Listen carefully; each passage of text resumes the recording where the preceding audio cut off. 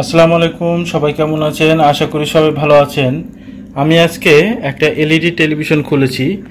আপনাদেরকে দেখাবো যে এই এলইডি টেলিভিশনে বিভিন্ন স্টেজে যে ভোল্টেজ আছে সেই ভোল্টেজগুলো যদি ঠিক থাকে তাহলে আমরা বুঝতে পারবো যে এলইডি টেলিভিশনটি ঠিক আছে।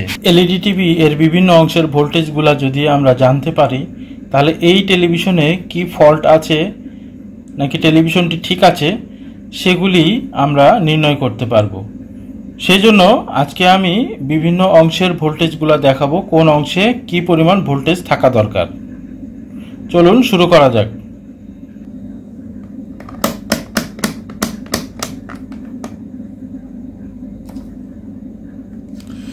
তো প্রথমেই আমরা এসি ভোল্টেজটা পরিমাপ করব। এখান থেকে এসি ভোল্টেজটা ঢুকছে, এখানে আমরা এসি ভোল্টেজ পরিমাপ করব। এই জন্য আমরা মিটারটি এসি 750 ভোল্টে সেট করেছি।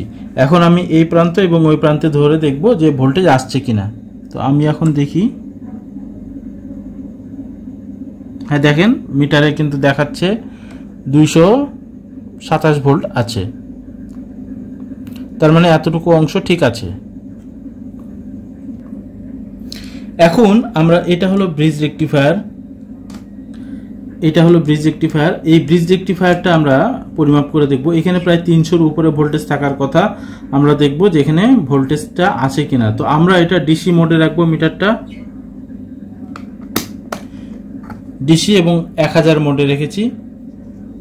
এখন আমি এই প্রান্তে এবং এই প্রান্তে আমি সংযোগ করব। তো এই পাশে হলো প্লাস এবং ওই পাশে হলো মাইনাস। তো আমি মাইনাসটা মাইনাসে ধরেছি, প্লাসটা প্লাসে ধরেছি।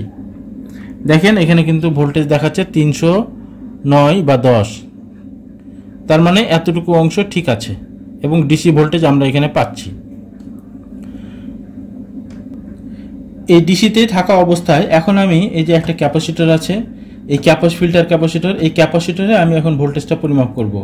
তো ভোল্টেজটা পরিমাপ করার জন্য এইটা হলো নেগেটিভ প্রান্ত আর এই পাশেরটা হলো পজিটিভ প্রান্ত। এটা হলো নেগেটিভ প্রান্ত, এটা পজিটিভ প্রান্ত। তো নেগেটিভটা নেগেটিভে ধরবো আর পজিটিভটা পজিটিভে ধরবো। আমি এখানেও 300-র উপরে ভোল্টেজ আসার কথা।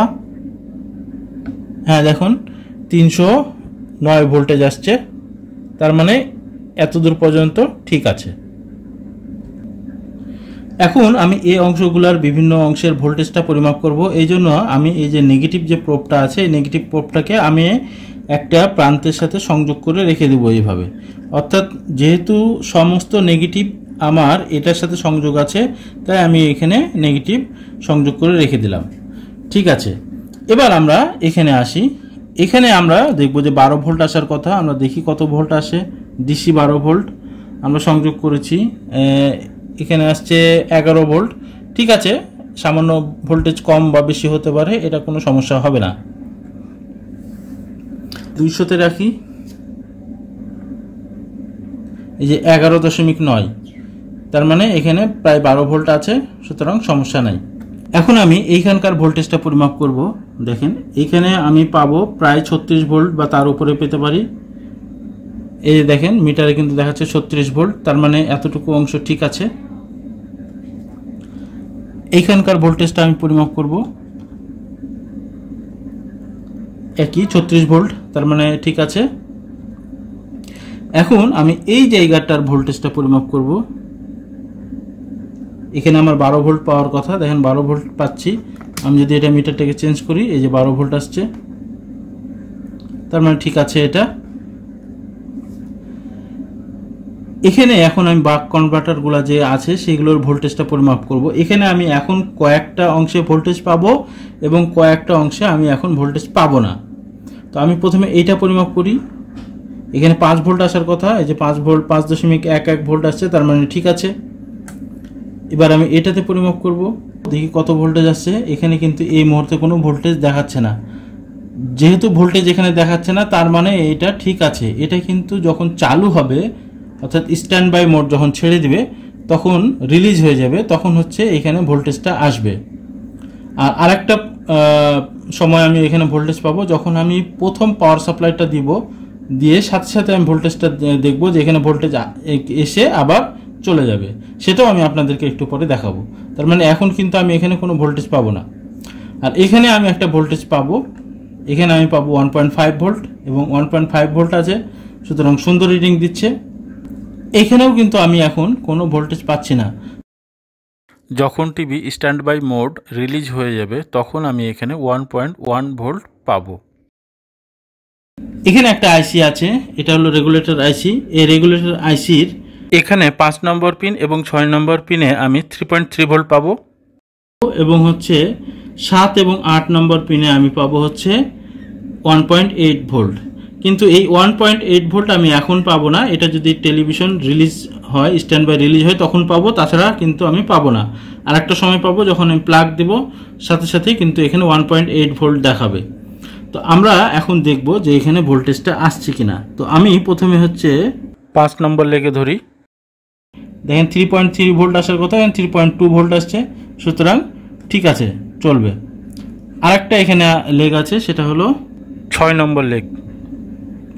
এখানেও আমি কিন্তু 3.2 ভোল্ট পাচ্ছি, 3 ভোল্ট পাওয়ার কথা, 3.2 ভোল্ট পাচ্ছি। ওকে, ঠিক আছে, চলবে। এবং এই দুটা পিনে আমি পাবো হচ্ছে 18 ভোল্ট, 1.8 ভোল্ট করে। কিন্তু এই মুহূর্তে কিন্তু আমার ভোল্টেজ পাওয়ার কথা না এবং আমি পাচ্ছিও না। এইটা হলো ইনপুট। এই ইনপুটে 5 ভোল্ট পাওয়ার কথা, এই যে ইনপুটে আমরা 5 ভোল্ট পাচ্ছি, সুতরাং এটাও ঠিক আছে। আমি কিন্তু বলেছিলাম যে এই আইসির এই পিনটাতে এবং এই পিনটাতে 1.8 ভোল্ট পাবো। কখন পাবো? যখন হচ্ছে স্ট্যান্ড বাই রিলিজ থাকবে তখন, অথবা যখন হচ্ছে আমি নতুনভাবে প্লাগ দেব। তো আমি এটা আপাতত বন্ধ রেখেছি, বন্ধ রেখে আবার আমি নতুনভাবে প্লাগ দিব। প্লাগ দিয়ে দেখবো যে আসলে এখানে 1 ভোল্ট সাথে সাথে আসছে কিনা, এসে চলে যাবে। তো আমি এখানে আগে ধরে রেখেছি, এখানে আমি হচ্ছে এই লেগে ধরে রেখেছি। এখন আমি হচ্ছে প্লাগটা দিব, দেখেন 1.79 পর্যন্ত এসছে এবং রিলিজ হয়ে যাবে, এই যে চলে গেছে। তার মানে এই অংশটা ঠিক আছে। ঠিক একইভাবে এখানে কিন্তু আমরা কিন্তু কোনো ভোল্টেজ পাইনি। আমি কিন্তু এখন প্লাগ দিব, প্লাগ দেওয়ার সাথে সাথে এখানে কিন্তু একটা ভোল্টেজ রিডিং দিবে। আমি এখন প্লাগ দিয়েছি, দেখেন 1.2 ভোল্ট আসার কথা, সেখানে হচ্ছে 1.15 ভোল্ট আমি পাচ্ছি, সুতরাং ঠিক আছে।